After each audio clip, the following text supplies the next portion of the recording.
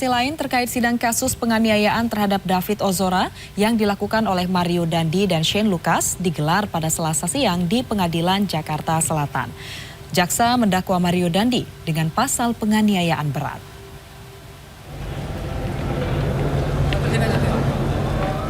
Dalam tuntutannya, jaksa mengungkapkan aksi penganiayaan yang dilakukan Mario Dandi terhadap David Ozora terjadi di perumahan Green Permata, Jalan Swadharma Raya, Pesanggerahan, Jakarta Selatan pada Februari 2023. Jaksa menyebut Mario emosi mengetahui hubungan David dengan pacarnya berinisial AG. Mario kemudian meminta David untuk push up sebanyak 50 kali, tetapi hanya sanggup sebanyak 20 kali. Kemudian melakukan sikap tobat di hadapannya. Menurut jaksa, Mario Dandi tampak bersenang-senang selama menganiaya David Ozora. Bahkan ketika bertindak sadis dengan memperlakukan kepala David seperti bola. Karena perbuatannya, jaksa mendakwa Mario melanggar pasal 353 ayat 2 KUHP dan pasal 355 ayat 1 tentang penganiayaan berat. Menanggapi dakwaan tersebut, kuasa hukum mengapresiasi surat dakwaan yang disusun secara rinci. Namun, kuasa hukum menegaskan bahwa penganiayaan tidak direncanakan. Kuasa hukum menyerahkan keputusan pada hakim apakah penganiayaan dilakukan secara terencana atau tidak.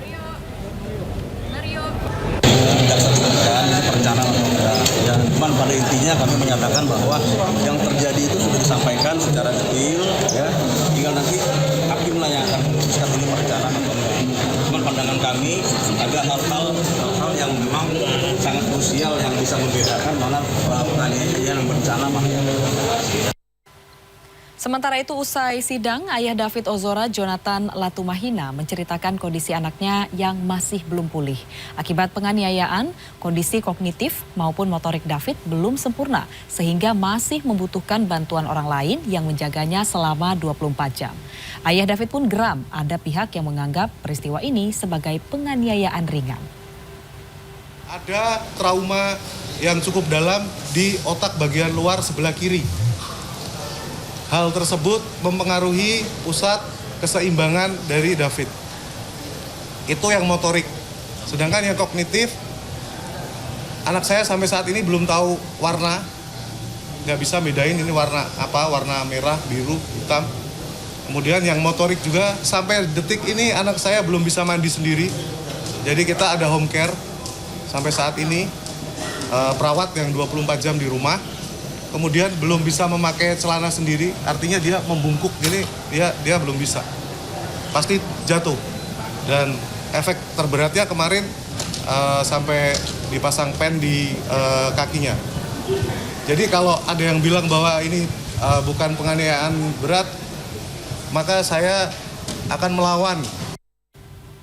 Ya, sebelum sidang perdana Mario Dandi dan Shane Lucas atas kasus penganiayaan terhadap David Ozora, ayah David sempat membagikan kondisi terkini anaknya di media sosial. Efek cedera otak yang berat membuat David belum bisa bergerak bebas dan masih membutuhkan perawatan yang cukup lama. Di jalannya.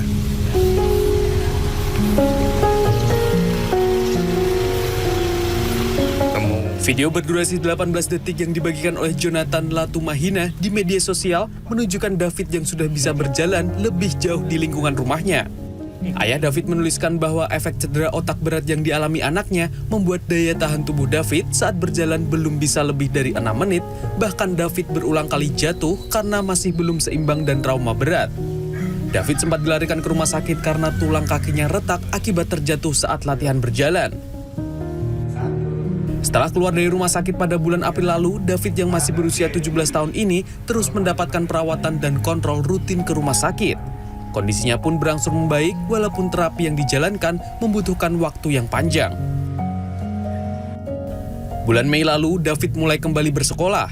Ia tidak mengikuti kegiatan akademik, melainkan untuk merasakan suasana di sekolah seperti bertemu teman-teman dan bersosialisasi. Masuknya David ke sekolah merupakan bagian dari terapi untuk melihat perkembangan psikis dan kognitif David. Siswa kelas 1 SMA ini banyak mendapat dukungan terutama dari guru dan teman-temannya. Jonathan terus memberikan kondisi terkini anaknya melalui media sosial agar masyarakat terus memantau kasus ini. David Ozora menjadi korban penganiayaan berat yang dilakukan oleh Mario Dandi pada Februari lalu. Akibat perbuatan Mario, David harus menjalani perawatan di ICU selama 53 hari.